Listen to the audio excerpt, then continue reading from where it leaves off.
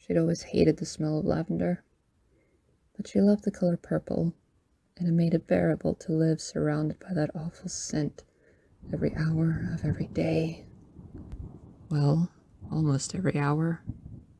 It was only in the early mornings, long after the sun had gone down and some time before it would rise again, that the little flower shop did not smell like lavender. She enjoyed the other smell much more. Both smells would mix and cling to her hands and clothes and follow her wherever she went. Her pets knew her by it, and she had begun to associate it with home. Yes, the smell was her home now, and the shop was nothing, if not a second home. She heard the bell ringing and looked up from where she'd been arranging some fresh magnolia, only to see what could only be described as her least favorite customer in town walk in. She casually browsed, ignored the woman greeting her, and made her way to the counter with the bundle of roses that came in that morning. "These are fresh," the customer said. "Yes, they are," she replied, trying to maintain a customer service smile. "Put them on my tab for me."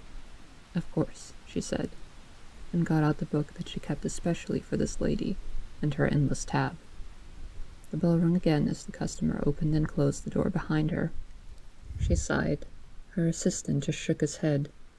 They both knew that the woman would never pay her tab, despite being extremely wealthy. More accurately, her husband was extremely wealthy. He was, reportedly, always busy. Sharon, the shop owner, presumed that she bought flowers as a way to compensate for her absent husband. "She's just treating herself a little," she thought to herself, half smiling. She went on with her arrangements while her assistant swept and tidied up the shop. She had felt eternally grateful to have someone helping out, someone who understood how important it was for the shop, for any shop, to be clean and organized. Her little business had been growing lately, quite rapidly, and she realized that the small, everyday tasks of cleaning and organizing were things she just didn't have time for anymore, between arrangements and paperwork. Customers came and went throughout the day. All commented on how lovely everything was and the wonderful, fresh smell of lavender. Through her ever-present, professional smile, she grit her teeth, but did not let herself drop her expression to anything unfriendly. Every little thing they said both stung her and filled her with pride that she was able to open the shop in the first place, to not only keep it running, but to see it prosper. She recalled the surprised faces of family members upon the first time walking into the shop, the shock at the thought that she might, after all, be successful, and that without anyone to help her. She almost frowned. Their last customer for the day was always the same. A little girl who came in, asked for a small bundle of flowers, and left again without paying, promising, of course, that she one day would. She never asked for any expensive flowers, only daisies and pretty much anything that Sharon was willing to give her. After she'd left, she started to close up shop. "Why don't you write down her tab?" she heard Jake asking. "It's all right, really," she said. "You know she's never going to pay you for those," he scolded. "And you think that rich lady is?" She raised her eyebrow at him. "All right, fair enough. What you give her today?" "Some daffodils," she replied. Jake left for the day, and she turned off the lights, locked up everything except the front door. She sat in the dark with her thoughts, surrounded by the smell of lavender. The town was small, very small. It was largely driven by tourism during the more scenic seasons, but even without that, there was a happy community of people who all knew each other and supported one another's businesses. She had had trouble starting up at first, not because of a lack of interest, but due to the town's conservative nature. There was a lot of talk when she moved in with her boyfriend before they got married, and then even more when he had left her to go to the big city. But eventually one brave soul had given her her first sale, and from that moment onwards there had been a small, steady trickle of customers flowing in little by little, growing ever more frequent. The tourism season was starting, and she had hired her first client, Jake, to help out until he needed to go back to school, by which time things would have hopefully calmed down again. She heard a knock, and then the door opening and the bell. She stood up silently from where she was sitting. "Are you in there? Why is it dark in here, Sharon?" The sickly sweet voice asked her. She hated that voice. It belonged to her aunt, the aunt who had always pretended to be ever so loving and ever so kind, but turned up her nose at the homeless, shamed people for not always being perfectly upbeat and cheerful, looked down on anyone less fortunate than her. "I'm here," she said, stepping out of the darkness and into the beam of streetlight shining in through the window. "Oh, good. Now, what did you want to see me about, dearie?" The next morning, Jake walked in as usual, on time, dressed to impress, and with no expression. She liked it better than her own forced smile, and told him so frequently, but knew that if she did the same, customers would take offense, especially in this town. She played with the lavender, handled them almost carelessly, just to get the smell of them on her hands. The clean smell, the almost chemical smell, the soapy smell. The scent from last night clung to her, and although the lavender and blood mixed together, the one seemed a little bit stronger. She couldn't afford for the smell of blood to be the dominant scent on her. The aunt in question had lost her husband not too long ago, and her children had, one by one, fled from her evil presence overseas under the pretense of studying abroad. Sharon suspected they would all mysteriously find some strange lover and be married soon, giving them a reason not to come home. They wouldn't notice her absence. The other family members wouldn't care. What few members of them were left, anyway. Everyone had been left to fend for themselves after the death of the head of the family. They had all argued over the money, stolen it from their children by barely legal means, and then went their separate ways, each as paranoid as the next. She just shook her head at them all, moodily. Her own household had tried to entice her with the money she was originally meant to receive, or at least a small sum of it that they were begrudgingly willing to part with, come home and leave that boy behind. By the time she did leave him behind, the money was already on its way into her bank account, and his blood was in her garden, giving life and nutrients to the beautiful plants. Less than a week later, they had gone missing, and she had gone to their small farm to sell their animals. Though she had kept the 2 pigs, the ones she had grown up with and loved all through her childhood. Her parents, the scornful parents who had, just like her boyfriend, always insisted that she could never accomplish anything whatsoever, gave her the small sum of money that was just enough for her to make the down payment on the shop that she needed to secure it. The boyfriend had left her nothing, had nothing to leave her, and her parents had not yet set up any sort of will, and therefore, by default, the money went to their next of kin, herself. She had used it to steadily pay off the shop and pay her bills before the business began making money. Now the shop was almost paid off, and she had enough to live comfortably.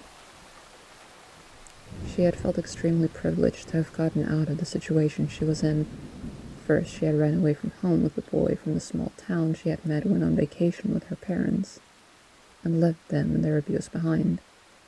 On the day she had rung them up to bargain for the money, they both showed up drunk.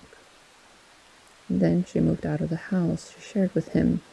Too many memories of screaming and arguing, too much blood on the walls. No matter how she scrubbed and cleaned, it would never come off, and the smell would always stay with her. She bought the shop, rented a small apartment, and eventually made a payment to buy her first house. Now she had her garden in her backyard. She kept the pigs there too, kept them clean and fed and healthy.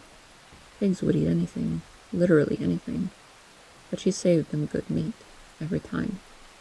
Her father had taught her excellent knife skills many years back, in order for her to be able to do the work he was too lazy for. Her mother had taught her to take care of the animals, for the same reason. In the end, they had, without meaning to, made her perfectly self-sufficient. The day was busy, the busiest they've ever been, and before the day was over, they had sold out of everything they had. Shortly before closing time, the child came up to the counter and asked if she could have any daisies today. Sharon knelt down to her level and said that, unfortunately, they didn't have any. She started to cry, and Sharon rubbed her back. Why do you come in here every day for flowers, dear? She asked. It's for my mom. I'm sorry, she cried.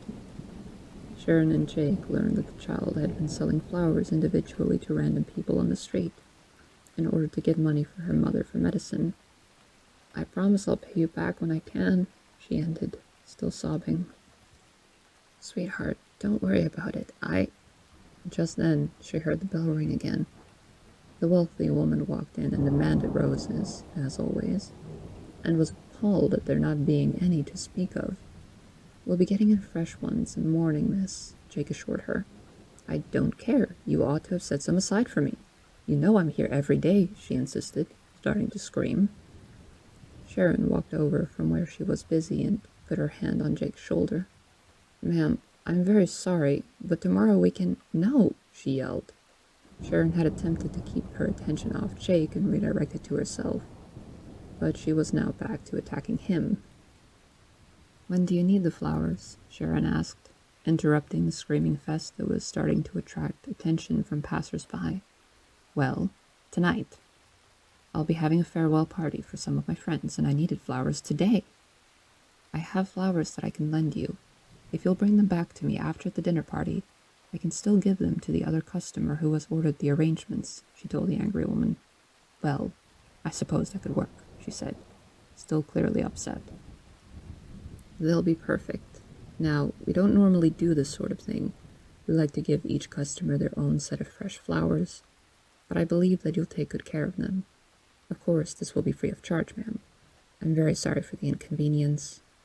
Just get the flowers already, she said. Right away, ma'am. Jake, come help me with these, please, would you?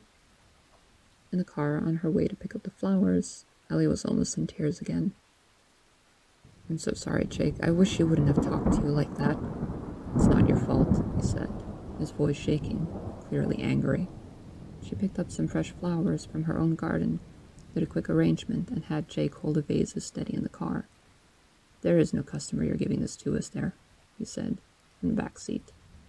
No, but I figured this would keep her quiet at least. She was scaring the child. They delivered the flowers at the dinner party just in time. She sent the child home with some money and told her to get something nice from a bakery down the street and to come in for fresh flowers in the morning. She smiled, said thank you, and ran off. Jake cleaned while Sharon closed up the shop and went to sit in the dark to wait for the woman. Sometime after midnight, the woman showed up, clearly intoxicated, and handed her the vases carelessly. They were all scattered, and many of the beautiful petals had fallen or been ripped off. She said nothing, but locked the door behind the woman after asking her if she would take a seat. On her way back home, she was pulled over by a friendly neighborhood cop. He was concerned that she was out awfully late, and she told him that she had had a late night waiting for a customer who never came back, and that after insisting she would return the flowers to her. He sent her on her way and insisted that she should get some sleep, maybe have an early night the next time around. She said that she would, and bid him good night. At home, she drained the cuts of meat, kept the blood for her soil, gave the pigs their portion of meat, and put what was left in her big freezer out in the shed that had only one plug. She put the filthy vases by the other dishes at the sink and went to get ready for bed. In her dreams, she smelled lavender and blood mixed together, saw their colors merge and become bright and beautiful. In the morning, she rubbed her hands on the lavender again, covered herself in scent, although she had washed her hands over and over again the night before. Outside the shop, Ellie was waiting for her. She smiled and let her in, asked how her mother was doing. She is dead, the girl said. Sharon's smile vanished. She hugged the child and helped her calm down as best she could. Ellie sat behind the counter and watched customers walk in and out of the shop, listened to the sound of the bell go off, the cash register opening and closing. She didn't cry or make a fuss, just sat quietly, not knowing what else to do. The shop was warm and she was glad Sharon said she could stay there for the day. When the last customer had gone, Sharon looked at her again, asked if she was hungry. She nodded. Hey, did that customer ever come back? Jake asked. Nope, I don't think we'll be seeing her again.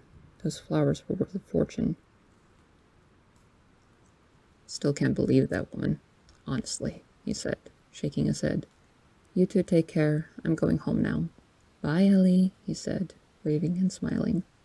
Sharon took the child back to her house for food. She was still unsure what to do exactly, but felt that in the small town it wouldn't be strange for pretty much anyone to just adopt a child after the parents had died.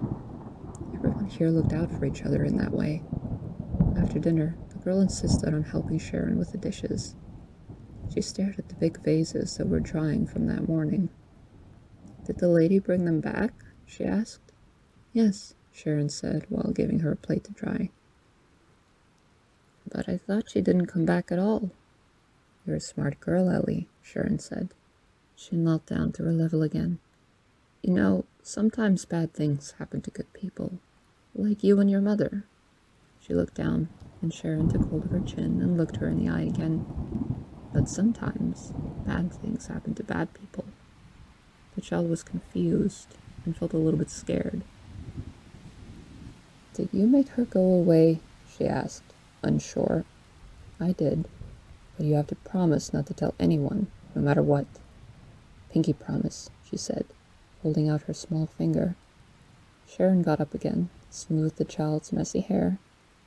How would you like to help me in my shop, Ellie? I could use an assistant, especially once Jake goes back to school again. Her face lit up with joy. That night, Sharon put the child to sleep in the guest room. After a warm bath and a bedtime story, left the small lamplight on for her, and went to sleep. In the morning, her hands smelled like daisies, instead of the usual mixed scent of blood and lavender. Thank you for listening and watching.